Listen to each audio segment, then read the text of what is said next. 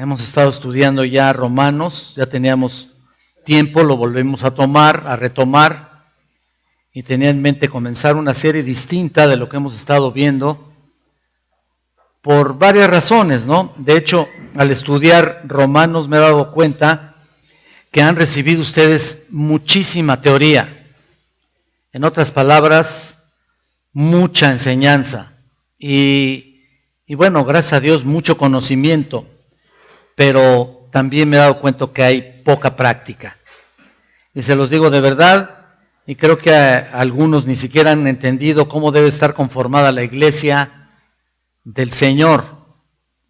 Entonces, de esa manera estoy convencido que debo dar una dieta balanceada y comenzar una serie pequeña para luego volver a retomar otra vez Romanos, una serie pequeña de la vida de la iglesia. Entonces, de esa manera, pues estoy tomando la epístola de Tito. Tito, pues es una epístola muy interesante, muy importante. Vamos a entender ahí nuestra responsabilidad como ovejas, y nosotros vamos a entender nuestra responsabilidad también como líderes. ¿Qué hacer con ustedes y cómo trabajar? Por supuesto, y que sean sanos en el entendimiento de las Escrituras, sean diligentes en su práctica. Realmente creo que esa es la razón principal. Por eso estoy retomando, se pudiera decir, otra vez la epístola de Tito, porque quiero que sean ustedes, no solamente que escudriñen la Biblia, sino también la pongan en práctica, para entender todo este esquema de lo que es la iglesia sana y su identidad, tal como está el título del mensaje de esta mañana. De hecho, si ustedes se dan cuenta, mi preocupación, una de las principales preocupaciones de todo pastor que está predicando la palabra de Dios, pues estamos rodeados de falsas enseñanzas, ustedes lo saben, por donde quiera. Ya no hay iglesias sanas, esa es la verdad. Ya no hay liderazgo sano, ya no hay enseñanza sana, y por consiguiente ya no hay ovejas sanas. Muy pocas ovejas sanas hay. Muchos crecen raquíticos, con todo tipo de enfermedades espirituales. Muchas están muriéndose de hambre, viven en una anemia espiritual. Es terrible, es terrible. Gracias a la falta de compromiso, no solo de ovejas, sino también del liderazgo. Entonces, vamos a estar viendo esta epístola por algún tiempo. Y realmente, para dar un mensaje introductorio, me toca a mí decirles que junto con Tito, la primera y la segunda carta a Timoteo son las epístolas llamadas pastorales. Son muy importantes, fueron escritas por Pablo a dos jóvenes pastores, ¿se acuerdan? Timoteo y Tito, ¿no?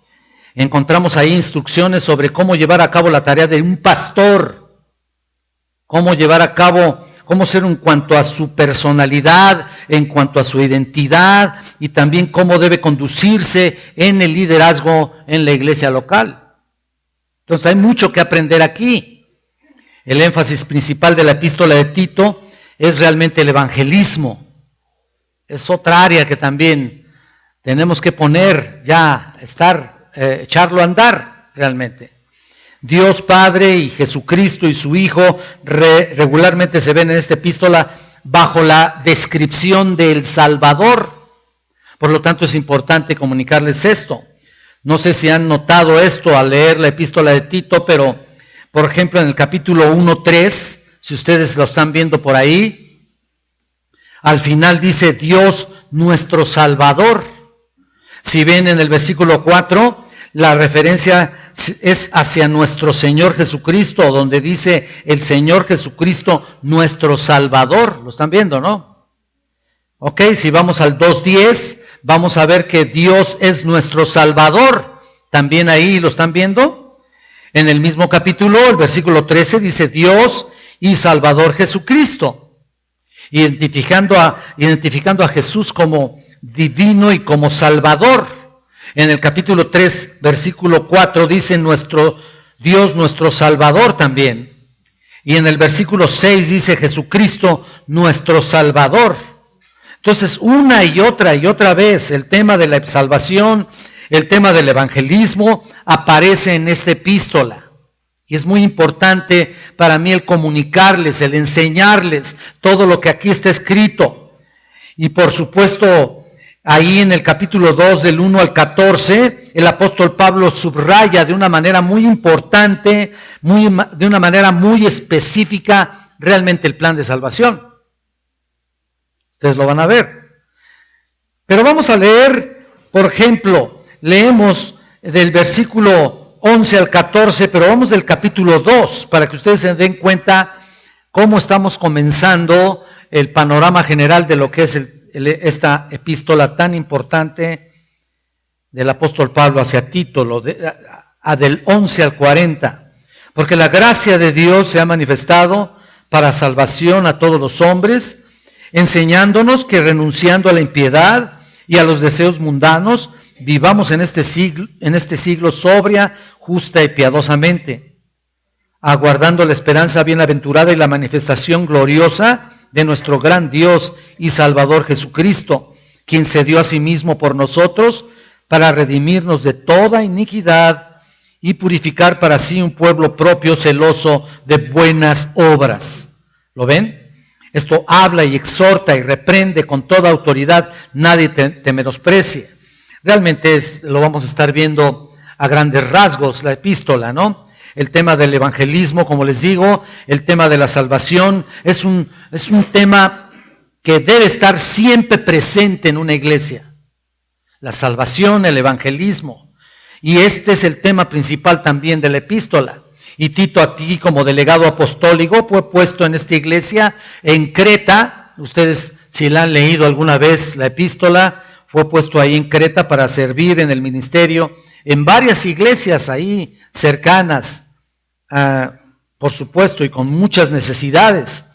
Una de estas necesidades sobresalientes, bueno, era el establecimiento de líderes maduros, líderes calificados para pastorear a su rebaño y equipar a las iglesias. ¿Para qué? Para un evangelismo también eficaz. Muy importante esta epístola. Estas iglesias tenían que saber evangelizar con eficacia dentro de un perímetro ahí, dentro de una sociedad pagana. Y en el capítulo 1:5 nos dice lo siguiente en cuanto a la razón por la cual Tito estaba ahí como pastor. Ustedes lo han visto. Por esta causa te dejé en Creta para que corrigieses lo deficiente y establecieses ancianos en cada ciudad, así como yo te mandé. Entonces, Pablo escribe esta carta con el objeto de alentar a Tito en esta difícil tarea. La carta no solamente fue diseñada para Tito, sino para la iglesia en general, de tal manera que entendieran lo que Tito estaba haciendo, lo que Tito estaba enseñando. El capítulo 1 desarrolla el tema del liderazgo. No vamos a verlo eso. En realidad vamos a ir a partir del 2. Pero ahí en el capítulo 1 desarrolla el tema del liderazgo. La iglesia debe identificar a sus líderes. Por supuesto, que sean maduros en la fe. No cualquiera puede ser pastor.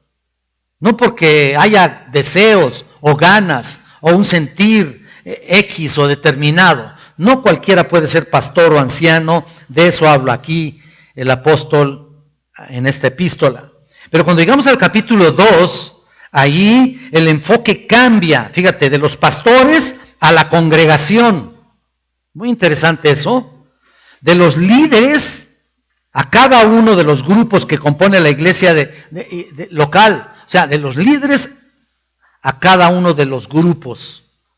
Entonces, el capítulo 2 se enfoca en la identidad de una iglesia sana. Eso va a ser el enfoque en estos mensajes. Debo estarles enseñando esto, tal vez por algunos domingos. Mira, un liderazgo maduro y una iglesia sana son elementos clave para un evangelismo eficaz. En otras palabras, que ya eches a andar los motores y te pongas a evangelizar. Empieces a echar a andar tus motores y lleves el mensaje del evangelio a las personas que lo necesitan. Ahora que estuvimos allá de vacaciones, pues, estuvimos compartiéndole a todo mundo, ¿no? Y una señorita ahí, prácticamente la trajimos a los pies de Cristo. Esperemos que haya sido genuino, en lágrimas estaba recibiendo a Cristo, y eso era lo importante, ¿no? Mira, vamos a descansar haciendo tabiques, como les decía yo, haciendo adobes, ¿no? Como les decía yo a mis hermanos. Pero eso es inevitable, no puedes evitar eso. Entonces, si la epístola tiene un propósito, escucha, de enseñar a cómo evangelizar eficazmente, tanto el liderazgo como la iglesia deben estar preparados para hacerlo. La identidad de una iglesia sana es el tema del capítulo 2 prácticamente. Y es el estudio en el cual dedicaremos hoy y varias semanas. Y este es el segmento. En este segmento, mejor dicho, encontramos instrucciones muy claras aquí. En este segmento encontramos instrucciones específicas y directas para cada persona de la iglesia. Entonces, nadie nos vamos a escapar. Dije nos vamos, Entonces, para cada miembro de la iglesia es una sección de las Escrituras muy práctica, muy provechosa. Y el Señor Jesús está muy preocupado realmente en la salud espiritual de su cuerpo, que es la iglesia. Este es realmente el tema principal del capítulo 2. Una palabra expresa ese concepto y es, como les dije, es la palabra sana. Ahí está, en las epístolas pastorales se usa el término sano o sana 9 veces.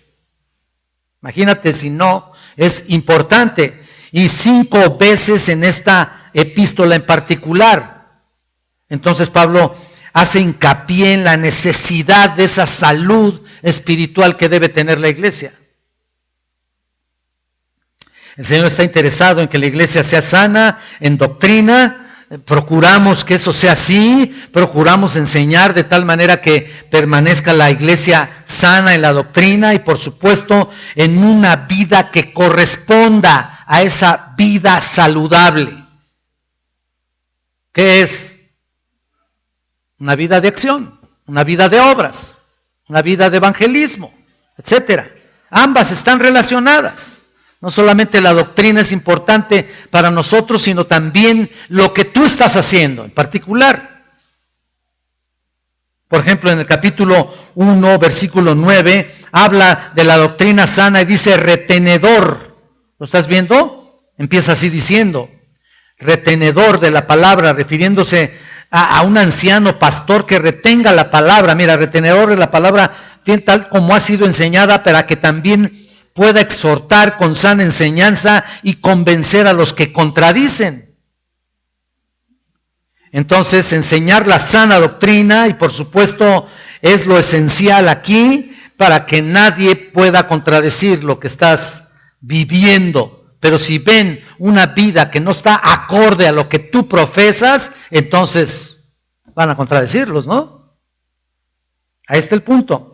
Entonces, enseñar la sana doctrina, y por supuesto el versículo 13 también aquí nos da una práctica correspondiente a eso. Si hay sana doctrina, va a haber entonces una sana práctica. Dice, este testimonio es verdadero, por tanto, repréndelos duramente para que sean sanos en la fe. No quiere decir que yo aquí me voy a agarrar a reprender a todos, ¿no? Pero si no hay sanidad en el sentido práctico, entonces voy a tener que hacerlo. Y voy a tener que llamarle la atención a algunos. Y a algunos no les gusta. Lo sienten hasta ofensivo. Pero es mi deber y yo voy a dar cuentas al respecto. ¿Se dan cuenta? Y todos los pastores, por supuesto, lo van a hacer también. Noten cómo tiene la relación de la palabra retener aquí, del versículo 9, que si sabes lo que es la disciplina, entonces uno puede entender que si hay reprensión, en el 13 que dice ahí, es parte de la instrucción sana. La reprensión y la instrucción y la exhortación es parte de la instrucción sana y por consiguiente va a seguir una fe saludable. Eso es lo que tenemos que hacer. Y la misma idea aparece en el capítulo 2 que vamos en particular a estudiar esta mañana. Vean, en el versículo 1, pero tú habla lo que está de acuerdo con la sana doctrina. ¿Lo están viendo? Ahora vean el versículo 8. Palabra sana e irreprochable, de modo que el adversario se avergüence y no tenga nada malo que decir de vosotros. Entonces debemos entender que si tenemos una doctrina sana, tendremos resultados de acuerdo a lo que creemos. Resultados de acuerdo a esa doctrina. Este tema aparece una y otra vez. La vida sana, la doctrina sana, la práctica sana, está totalmente identificadas y entrelazadas unas con otras. Ahí está. Y por supuesto el tema de este capítulo se introduce en el contexto donde había personas, individuos que enseñaban falsa doctrina. Rodeados, ¿no? Ahí estaba. Enseñaban falsa doctrina y falsa enseñanza. Y el capítulo 1, versículo 16, describiendo a estos falsos maestros, como lo describe, vean ustedes el versículo 16, profesan conocer a Dios, pero con los hechos lo niegan, siendo abominables y rebeldes, reprobados en cuanto a toda buena obra. Mira, nota aquí, los falsos maestros viven una vida que niega lo que ellos mismos no solamente están enseñando, sino están profesando. ¿Qué es eso? ¿Qué sucede aquí? ¿Qué sucede con nuestra iglesia, no? O con tantas iglesias que hacen esto. Tantos hombres que están enseñando una doctrina distorsionada y no solamente no conformes con eso, sino que su propia vida está distorsionando la imagen, lo que pudieran ellos enseñar, ¿no? Y lo que vamos a observar es que una doctrina enferma produce a una vida enferma, a una vida espiritual enferma. Ahí está. Pablo dice de estos individuos, de estos falsos maestros que son inútiles para toda buena obra. Ahí lo dice, reprobados. Es lo mismo que inútiles. Y es que si tienen una doctrina falsa, el resultado va a ser algo que inútil o falso también, por supuesto, ¿no? Para toda buena obra. Lo mismo se observa en el 3.9. Si van al 3.9, acompáñenme, por favor. Mira lo que dice, pero evita las cuestiones necias y genealogías y contenciones y discusiones acerca de la ley, porque son vanas y sin provecho. Todo aquello que es falso se describe aquí como algo sin valor, vano, sin valor, y que a nadie le va a hacer realmente algo provechoso. Ahí está. ¿Y cuál es el resultado de una enseñanza así? De una falsa enseñanza. Vean el versículo 10 aquí, en el mismo capítulo 3. Al hombre que cause divisiones después de una u otra amonestación, deséchalo. Finalmente vamos a tener que desechar a alguien, ¿no? Si hay una falsa enseñanza. Este es un falso maestro que estaba ahí en esta iglesia enseñando algo que no estaba acorde a lo que la iglesia en realidad creía, puesto que causaba divisiones. Mira, causar divisiones es duro, ¿eh? Y dice que después de una y otra amonestación, no dice sácalo del error. No dice ahí eso. Es literal, dice deséchalo. ¿Por qué? Mira lo que dice el versículo 11.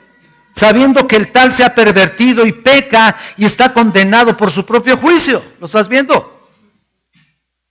Ya anda en otro rollo, por decir así, como a veces decimos. Anda en otro planeta, ¿no? La mala dieta, escuchen esto, la mala dieta siempre produce debilidad y produce enfermedad. Todos lo sabemos. Así que lo reiteramos, Dios está preocupado por la salud de su iglesia. Ahí está, la salud espiritual. Y realmente no hay salud espiritual cuando vemos las iglesias infestadas de falsas doctrinas. No puede existir la salud. No hay salud. Lo poquito que alcanzan a pescar ahí de algo sustancioso, y es lo poquito que ellos leen en sus casas, tal vez.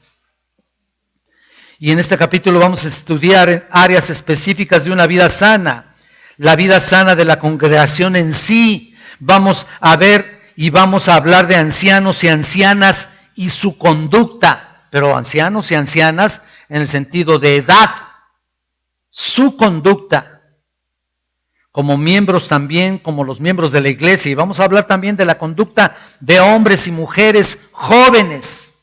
Así que, como les digo, nadie nos escapamos. Gloria a Dios, ¿verdad? Claro. Vamos a examinar cómo se debe conducir, también cómo se deben conducir los siervos, o en este caso se refiere a los empleados. Entonces, hay aquí un precioso buffet del cual va a haber de todo, ¿no? Entonces, que este capítulo realmente nos va a enriquecer muchísimo, aunque lo mencionamos ya de alguna manera acerca de los siervos, en algún momento en Efesios 6:5, tal vez Dios tenga mucho que decirles a los empleados, a los que están trabajando y cómo deban de comportarse. Así que vamos a ver lo que Dios nos dice a cada uno de nosotros, por supuesto, en nuestra propia categoría, en nuestro propio nivel, en nuestra propia situación dentro de la iglesia. En este capítulo, el Espíritu Santo describe una serie de mandatos que la congregación debe obedecer para que sean sanos espiritualmente en la fe, sanos. Y por supuesto, algunos de estos mandatos no van a ser muy populares porque van en contra del pensamiento contemporáneo. Van en contra de ti mismo, de lo que tú piensas de ti mismo, de tu alto nivel y tu alto valor que tienes de ti mismo. Va a ir en contra de ti. Esperemos que Dios trabaje en cada uno de nosotros. Sin embargo, es lo que Dios dice y es la tarea de Tito y de todo líder y de todo pastor en la iglesia de enseñar la sana doctrina para que ésta a su vez experimente una vida sana.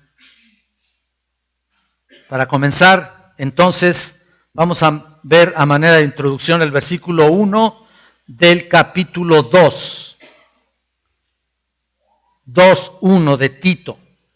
Dice, pero tú habla lo que está de acuerdo con la sana doctrina. Hasta ahí ahorita. Mira, para comenzar, cuando dice, pero tú, dice Pablo, indica aquí un contraste. ¿Te das cuenta? Hay un contraste. Acabamos de decir que el contraste es de aquellos que enseñan lo que es falso, ¿no? Y el contraste, pero tú. Hay una clara indicación de ese contraste y aquellos que enseñaban falsa enseñanza, falsa doctrina, pero y incluso no solamente eso, sino que también con sus hechos niegan a Dios. Entonces esos individuos que son religiosos, que aparentan conocer a Dios, pero en realidad viven vidas corruptas en todos sentidos. Hay muchos de esos, muchos. Enseñan cosas que no sirven para nada. Pablo les llama aquí reprobados en el versículo 16 del capítulo 1. La Biblia de las Américas incluso se escribe inútiles. Imagínate nada más. La palabra que se usa es adoquimos, y es una palabra muy interesante que quiere decir inservible.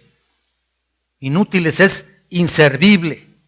Prácticamente no tiene uso ya. Se usaba en la construcción de casas en la antigüedad, en ese tiempo, y cuando una piedra o un ladrillo tenía una falla ahí, sucedía que pues no cabía realmente apropiadamente en la pared o en la columna donde estaba siendo colocada, y se le ponía ahí una letra en esa piedra que no estaba bien colocada y se le ponía la letra A en nuestro vocabulario, pero en griego se le ponía la letra alfa.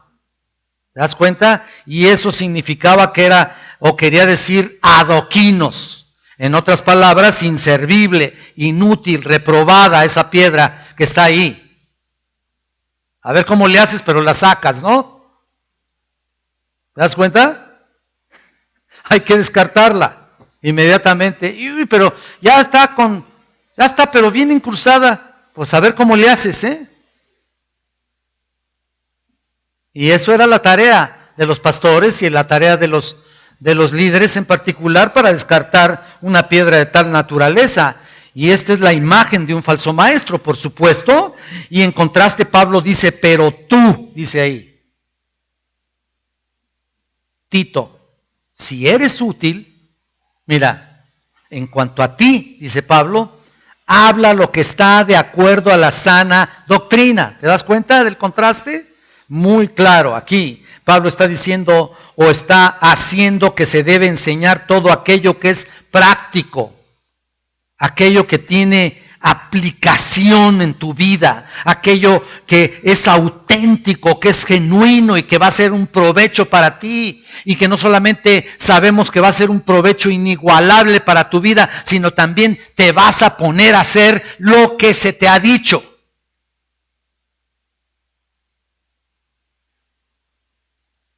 No cualquiera lo recibe, ¿no? Y además Pablo está hablando de enseñar una conducta que es coherente. Otra vez volviendo a repetir ese aspecto, es coherente con la doctrina que has recibido. Por eso es que es mi carga por hablar de esto. No es suficiente enseñar teoría, mira, sino enseñar en cómo poner en práctica esa teoría. Eso quiere decir, habla lo que está de acuerdo a la sana doctrina, y lo que vamos a ver en el capítulo 2 es justamente eso, el enfoque práctico de cómo se lleva a cabo lo que se está enseñando o lo que se está dando, que es la doctrina sana, para cada uno de los miembros de la iglesia, y que tengan una aplicación práctica. Se lleve a cabo lo que enseña, lo que ha sido enseñado, lo que has recibido. Pablo usa en esta exhortación la palabra laleo. Interesante, ¿no? Laleo. La versión Reina Valera dice que la traduce como habla. Tú habla. Laleo. Suena parecido, ¿no? Pero no se usa la palabra queruso, que es otra palabra distinta, porque queruso quiere decir proclamar, quiere decir predicar. No, tampoco se usa la palabra didascalea, que significa enseñar, sino que simplemente Pablo dice, habla estas cosas. Hablas. Que nadie te detenga. Conversa estas cosas. Y por supuesto está en un tiempo presente, en el griego, obviamente, que quiere decir esas cosas deberían ser conversadas y habladas de una manera continua. Continuamente. Por eso yo no me cansaré de repetir estas cosas, aunque vosotros estéis confirmados en la verdad presente. Lo dice Pablo Pedro, en 1 de Pedro 1:12, por ahí. Tremendo. Constantemente, dice Pablo, tienes que hablar acerca de la conducta práctica que corresponde a esa enseñanza que tú mismo les has dado, ¿no? En Efesios 4, después de haber enseñado por 3 capítulos la doctrina sana, la doctrina fuerte, etcétera, etcétera, mira lo que dice Efesios capítulo 4, versículo 1. Yo pues, preso en el Señor, os ruego que andéis como es digno de la vocación con que fuisteis llamados. Que andéis como es dignos de la vocación con que fuisteis llamados. En otras palabras, el fundamento es la doctrina, y luego viene la exhortación a hacer de esa enseñanza una doctrina práctica. También en Filipenses encontramos lo mismo en el capítulo 4, que nos dice que debemos hablar a cómo conducirnos, de qué manera conducirnos, de acuerdo a la enseñanza que ha sido dada en los primeros 3 capítulos. Entonces es claro que Dios desea que una iglesia conozca la verdad, pero conozca también la práctica. En otras palabras, que viva esa verdad en forma práctica. Ya estuvo bueno de descansos. Así me dije cuando me regresaba de vacaciones y dije, ay, de buena gana me quedaba otro mes, ¿no? No, bueno, no me estuve un mes, me estuve unos cuantos días, pero, ay, no quieres que termine, ¿no? La vida holgada, la vida sin responsabilidades, la vida ahí acostadote, ¿no? Ahí rico en el sol y todo. No quieres que nunca termine, ¿no? Bueno, pues así parece también en las iglesias. Muchos están todavía acostadotes, ¿no? Todavía recibe doctrina, y mira, mientras más recibas y mientras más seas estimulado, mientras más seas fortalecido, mejor dicho, enseñado, más responsabilidad tienes en cómo llevar a cabo, cómo llevar a la práctica eso de todo lo que tú has recibido. ¿Qué valor tiene decir si eres salvo, si vives como todos los demás? No tiene ningún sentido, absolutamente nada. Mira, otra vez volvemos a Tito, mira lo que dicen del 2:15. Esto habla y exhorta y reprende con toda autoridad, nadie te menosprecie. Lo tenemos que hacer, Habla y exhorta y reprende. Fíjate nada más lo que utiliza ahí. Pablo menciona a Tito hablar continuamente sin desmayar. Y en cada situación oportuna, dice ahí, exhorta y reprende. Mira, 2 palabras muy importantes ahí. ¿Están conmigo? 1:15, digo 2:15. Ok. Si ven a alguien dormido por ahí echando una cabeceadita, tienes mi autorización para darle un pequeño codazo ahí en las costillas. Si se te enoja, dile, me dijo el pastor. Bueno, pues algo hay que hacer, ¿no? ¿Ok? Habla, fíjate, exhorta y reprende. Exhortar aquí es una palabra muy importante. Exhortar tiene un tono positivo aquí.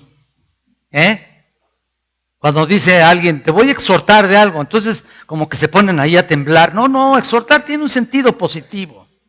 Tito necesitaba acercarse a la gente y animarlos a obedecer. Esto es exhortar.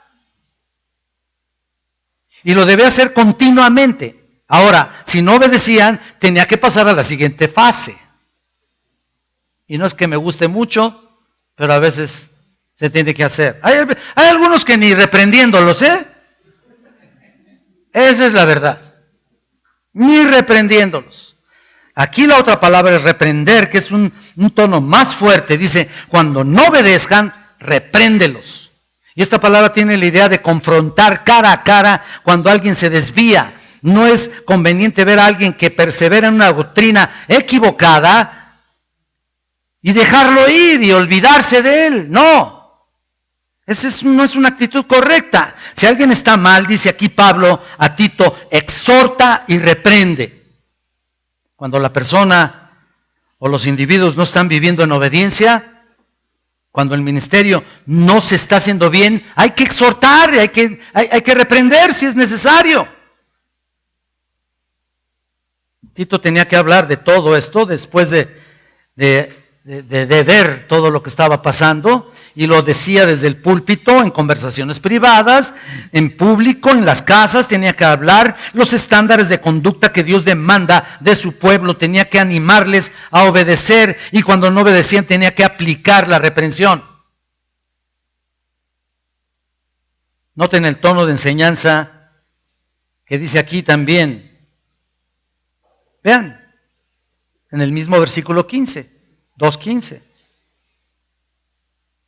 Con toda autoridad. ¿Lo estás viendo? Con toda autoridad. ¿Qué significa? ¿Cuál es la autoridad de Tito? ¿Era la posición de ser pastor? No. Pues es que me está reprendiendo el pastor. No es por eso. Su autoridad era la palabra de Dios. ¿Te das cuenta? Esta es la parte más vital en la cual una persona debe exhortar a las personas y a cualquier otra. Vamos a explicar eso. Acuérdense que Tito era delegado del apóstol Pablo. Había recibido autoridad de la palabra de Dios a través de Pablo. Mira, la enseñanza apostólica según la Escritura es enseñanza de absoluta autoridad, ¿no es cierto? En el fundamento de los apóstoles, siendo la principal piedra del ángulo Jesucristo mismo. Entonces la autoridad de Tito era la autoridad de Pablo como apóstol. Ahí está. Y que a su vez era la palabra de Dios, la palabra que Dios le daba, no su posición. El error más grande que a veces cometemos es de exhortar o reprender a la gente en una posición muy particular y muy personal. No es eso. No es eso. Es la palabra de Dios. La palabra autoridad es la palabra epilage. Epilage. Siempre aparece en el Nuevo Testamento para referirse a un mandato divino. La autoridad, el mandato divino, la autoridad que tiene la misma palabra, por supuesto. Esto habla con esa autoridad, refiriéndose a un mandato netamente venido de Dios. Lo que Pablo le dice a Tito, debía hablar, debía exhortar, debía reprender con la autoridad que ya se le había dado, que ya se le había otorgado, que ya se le había conferido. Ahí está.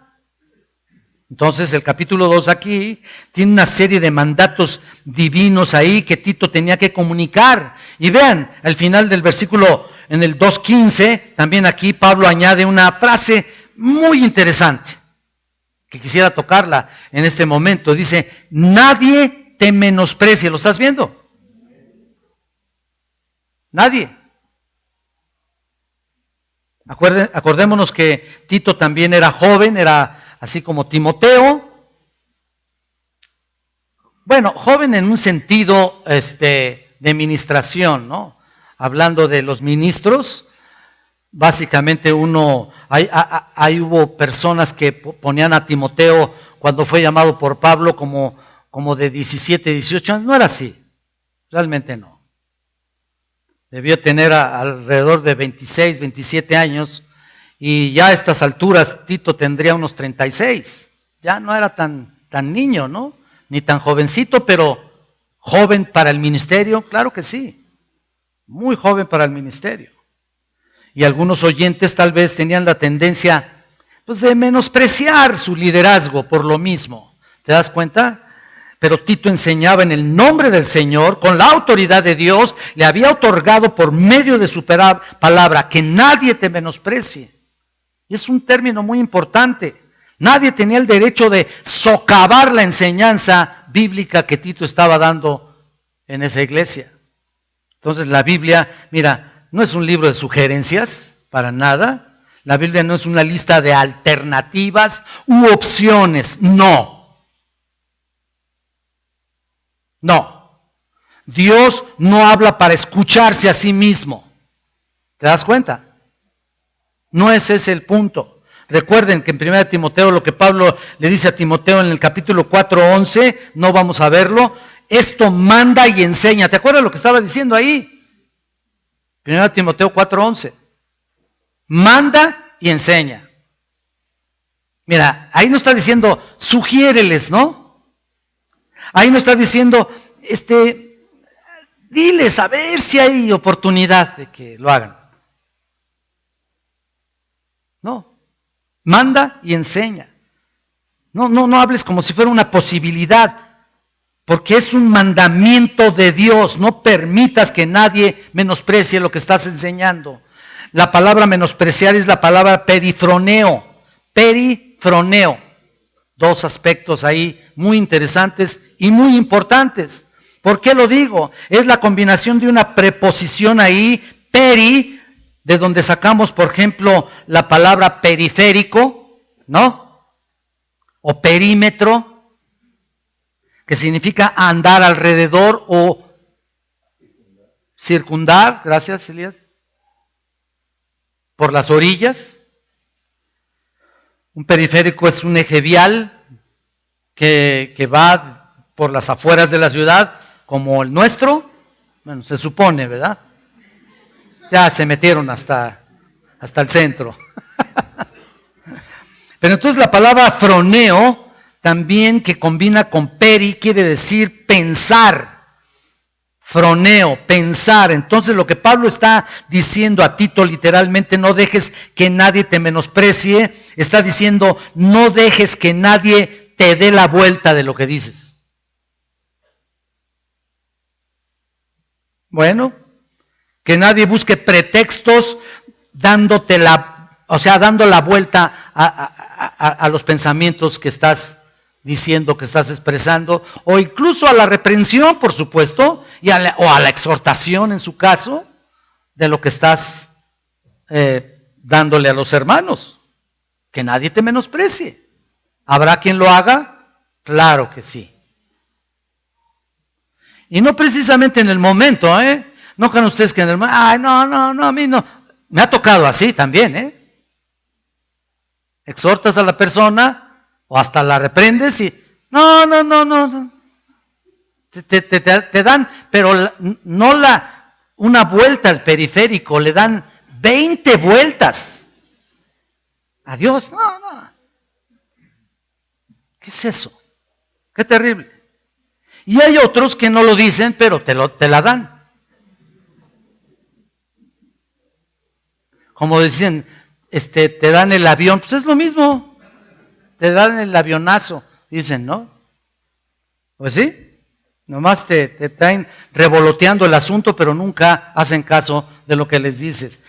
No dejes que nadie evada, eso es lo que significa perifroneo, que nadie evada a estos mandatos. Cuando la palabra de Dios y las exhortaciones y reprensiones se dan con los principios bíblicos establecidos, no son sugerencias, sino mandatos, aunque algunos no lo sepan escuchar, y eso se debe aceptar tal como es.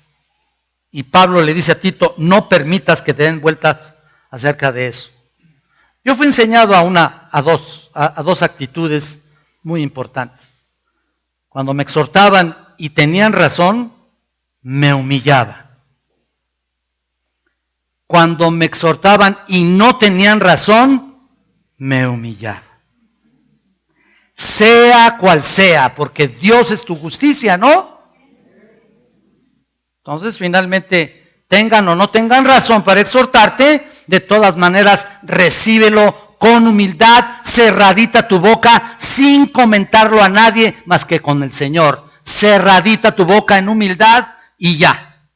Si vas y lo andas despepitando por ahí y lo andas diciendo por ahí, eso es perifroneo. Te están sacando la vuelta. ¿Sabías eso? Te están menospreciando. Están menospreciando lo que dices. Están menospreciando lo que a tu perspectiva estás observando. Y es una perspectiva, tiene que ser bíblica. Entonces, en este capítulo 2 veremos el impacto que la iglesia debe tener sobre otros, pero estamos viendo que Dios por encima de todo desea una iglesia que tenga una doctrina sana, una vida sana, que impacte de tal manera que sea atractivo a otros que están observando y a aquellos que escuchan. ¿Te das cuenta? Qué importante es tu sanidad espiritual. La obediencia a los mandatos de Dios no es solo por lo que resulte a mi propia vida, sino por ¿me estás escuchando? No es solamente por lo que resulte a tu propia vida, sino por las repercusiones que tenga en la vida de otros. Tú te resistes a un mandato, te resistes a una exhortación, te resistes a una reprensión, eso repercute en otros.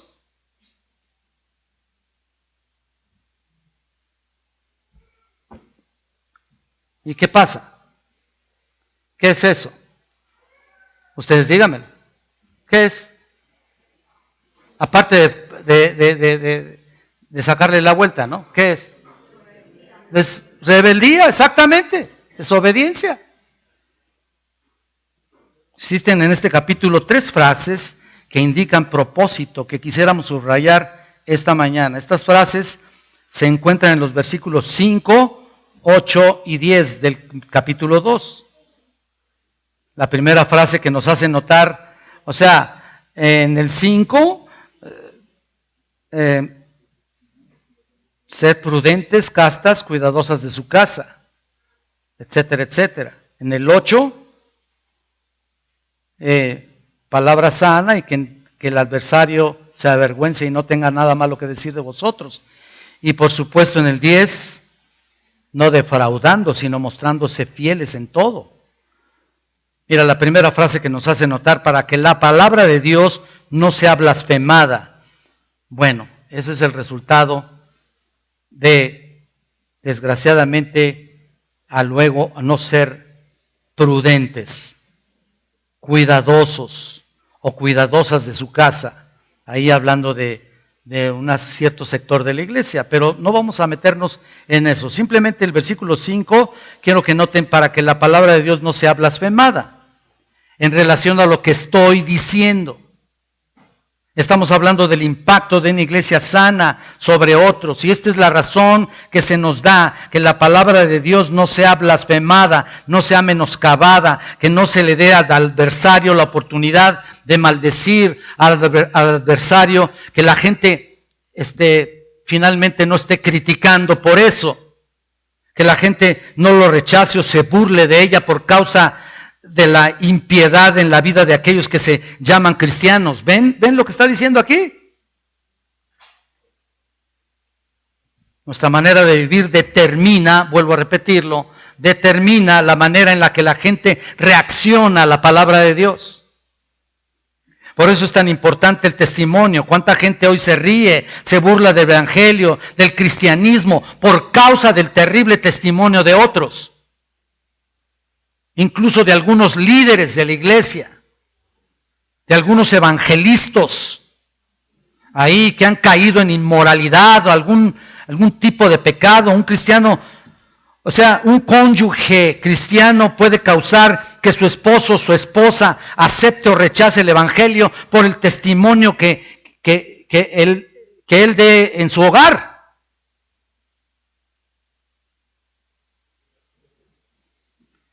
A mí me enseñaron una cosa: todo lo que suceda en tu hogar, y te digo a ti, hombre del hogar, varón, todo lo que suceda en tu hogar, tú tienes la culpa.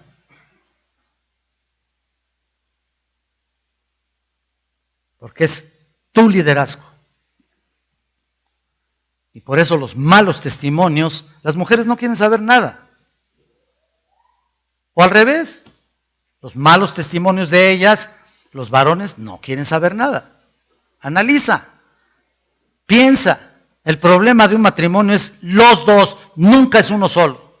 Son los dos. Entonces, a veces por los malos testimonios surgen este tipo de cosas. Un filósofo alemán llamado Heinz dijo: muéstrame tu vida redimida y tal vez me incline a creer en tu Redentor. Muéstrame. Tiene razón.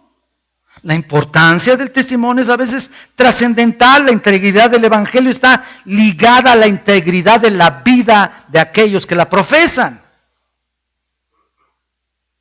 Y nuestra conducta va a exaltar a Dios o a menoscabar al Señor y su palabra.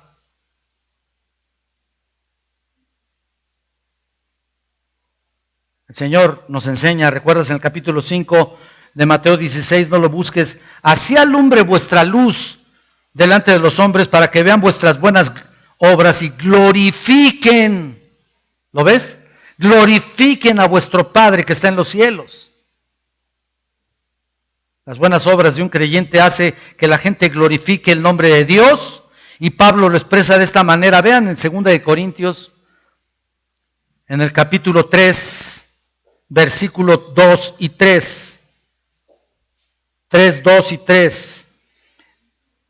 Nuestras cartas sois vosotros, escritas en nuestros corazones, conocidas y leídas por todos los hombres, siendo manifiesto que sois carta de Cristo expedida por nosotros, escrita no con tinta, sino con el Espíritu del Dios vivo, no en tablas de piedra, sino en las tablas de la carne del corazón. ¡Wow! ¡Qué tremendo! Mira, el único evangelio que algunos van a ver, el único evangelio que algunos van a tener la oportunidad de notar es el evangelio que demuestra nuestra vida verdaderamente entregada. Nuestra vida, en tu vida práctica. De ahí la importancia. Acuérdense otra vez, el tema general de esta epístola de Tito es el evangelismo eficaz. Pero Dios quiere ver cómo realmente te estás comportando ante una sociedad impía, ante una sociedad hostil, ante una sociedad que menoscaba la palabra de Dios. Y mira, en el versículo 8 tenemos también otra frase muy importante. Vean, pues palabra sana y reprochable, de modo que el adversario se avergüence y no tenga nada malo que decir de vosotros. Otra vez, en el contexto del evangelismo, de una vida santa, aquí está, nuestra conducta debe ser tal que el adversario se avergüence y no tenga nada malo que decir de nosotros. Cuando otros tratan de reírse o burlarse, como les dije, y tratarnos mal por nuestra fe, mira, y por nuestra conducta, a veces se sienten avergonzados por hacerlo. Ese es el punto, ya lo dijimos, la estrategia apropiada para el evangelismo no tiene nada que ver con las técnicas o programas.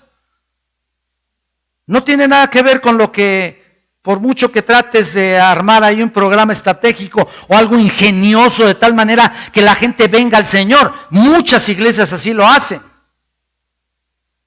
La manera en la que alcanzamos al mundo es solamente por una cosa, es por medio de una vida piadosa.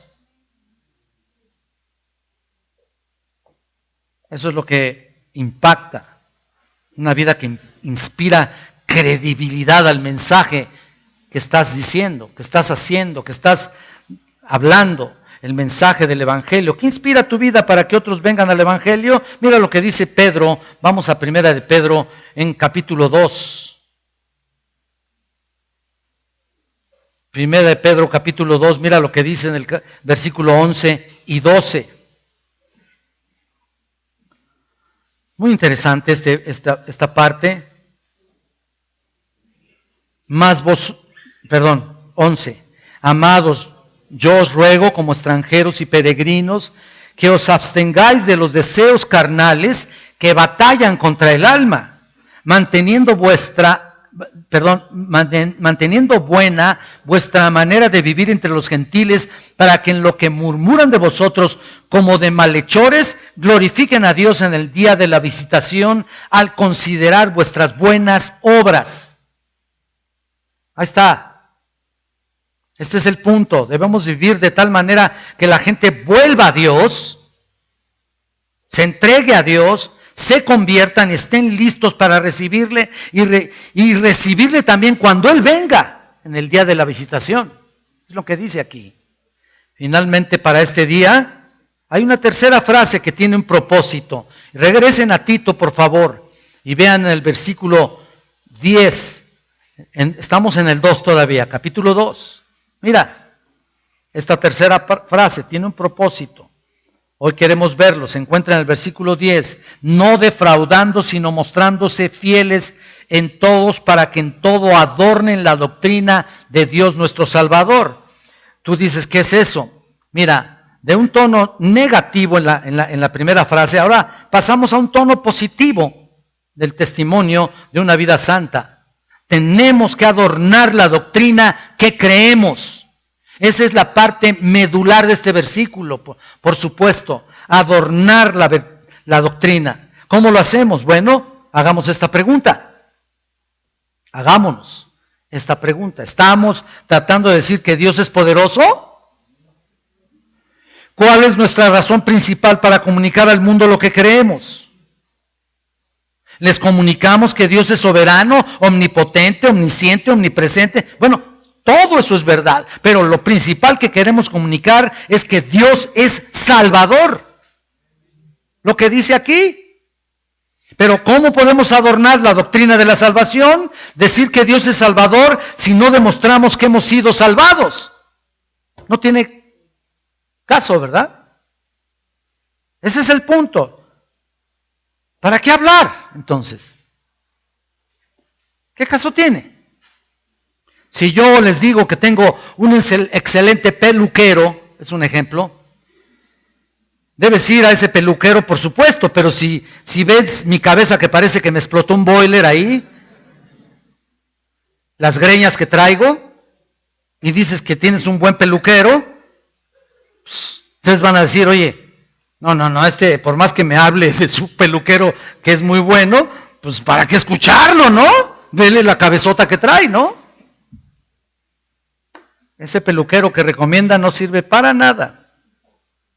Bueno, pues así es lo mismo. De nada sirve recomendar a algo o a alguien que no pueda demostrar en su vida lo que dice. Si voy a hablar de mi Salvador, tengo que demostrar que he sido salvado del pecado. Mi vida limpia va a demostrarlo. Claro que no soy perfecto, ¿te das cuenta? Estoy en la lucha.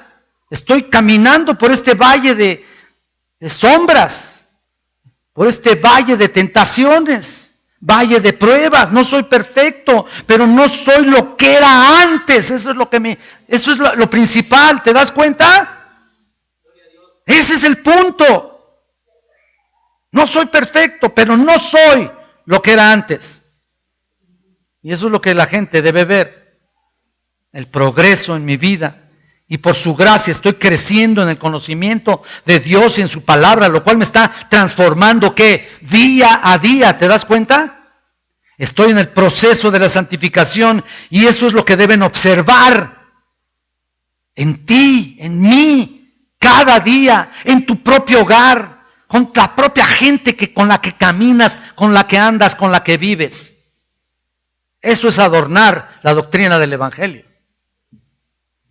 La doctrina de nuestro Salvador, que ve a la gente que ha sido salvado. La palabra adornar es una palabra griega que es la palabra cosmeo o cosmeo, de donde tenemos la palabra cosmético, ya sabemos, ¿no?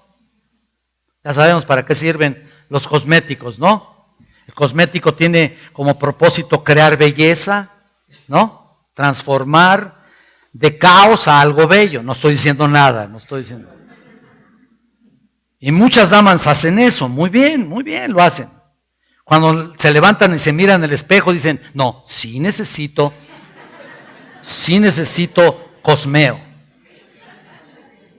Bueno, claro que sí. Mi esposa no lo necesita, te diré.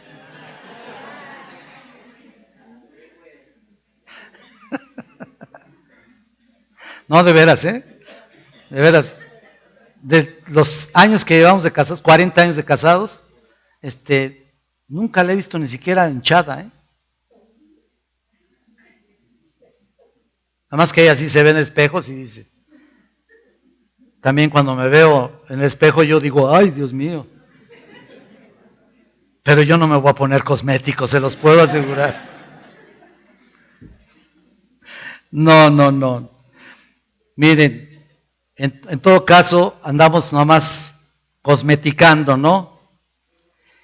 El punto aquí de Pablo es que está hablando prácticamente de mostrar orden y belleza en tu vida espiritual. Es lo que estoy diciendo. Es lo que dice aquí Pablo. Belleza, orden. Cosmos es orden, en realidad. ¿Ven lo que está en juego aquí? ¿Están ustedes observando lo que está en juego en realidad? La salvación eterna de almas. Eso es lo que está en juego. Lo que está en juego aquí es la salvación de la gente. Sí, ciertamente, muchos han andado ahí predicando el Evangelio y su vida no demuestra absolutamente nada. Y tú dices así como para librarte o salvarte del pellejo, dicen, bueno, es que la palabra, la semilla caerá en buena tierra, sí, pero si ven tu vida, quién sabe si va a caer la semilla en buena tierra, te diré. No, hermanos. La conducta es lo más importante, o es decir, en otras palabras, la palabra es lo más importante, pero la conducta cierra. ¿Se dan cuenta? Básicamente sella la autenticidad de lo que crees, la autenticidad, o cuando menos, de lo que intentas creer o de lo que intentas demostrar. Ahí está. Entonces, dependiendo, otra vez volviendo, de tu obediencia a la palabra,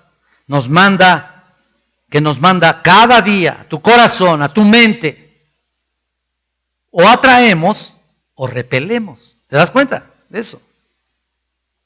¿De cuál grupo eres tú?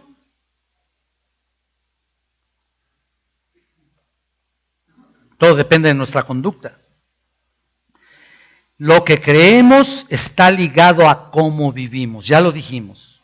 Y cómo vivimos está directamente relacionado con el evangelismo. Está todo entrelazado. En este capítulo 2 de Tito vamos a encontrar estándares divinos, maravillosos, mandamientos de Dios que no son negociables, porque te los habla a ti y por supuesto me los habla a mí y tengo que obedecer, y no es que tengo por la fuerza de obedecer, sino que los obedezco con todo mi corazón porque vienen de ti, Señor. Eso es lo que significa adornar la doctrina de Cristo, y lo que otros puedan ser impactados por lo que estás haciendo actualmente, por lo que dices, por lo que no te retraes y porque no te niegas a ningún tipo de exhortación que te hagan. Eso es lo que marca tu vida espiritual. Así que tú sabrás qué estás haciendo, tú sabrás qué tratas de demostrar, y en esta epístola vamos a ver muchas cosas maravillosas que Dios va a hablar a ti y me va a hablar a mí. Por lo tanto, el mundo tiene que ser impactado por lo que tú vives, no por lo que hablas. Mucho hablas, mucho estás hablando. Acabo de analizar un canto nuestro, Amparo y Protección se llama, un tema que yo escribí hace tiempo con una música americana, le puse letra y estaba viviendo. ¿Quién se refleja en ti? Se llama la canción. ¿Quién se refleja en ti? Piénsalo. Oremos a nuestro Padre Celestial. Eterno Dios, te alabamos y te bendecimos, te honramos. Sabemos, Señor, que mucho trabajo tenemos. Mucho, Señor. Cuánto hemos de ver nuestra propia vida y entender lo que estamos haciendo. Bendice, Señor, nuestras vidas y ayúdanos a establecer firmemente nuestra posición como hijos tuyos en el lugar correcto. Bendice a cada uno de mis hermanos aquí presentes, ayúdales en su diario vivir, en sus luchas, en sus pruebas, en sus disciplinas, que tal vez estén pasando por alguna disciplina y ellos no se quieran dar cuenta. Tal vez estén pasando por alguna disciplina y piensen que es nada más una prueba, posiblemente fuera disciplina. Así que, Señor, ayúdanos a aceptar lo que venga de parte de ti, siempre y cuando lleguemos a la correcta actitud que debamos tomar en todas las cosas, en todo lo que venga de ti. Y todo esto te lo pedimos y te pedimos que nos lleves a nuestro hogar, a donde vayamos. Nos despide, Señor, en el nombre de Jesucristo, nuestro Salvador. Amén.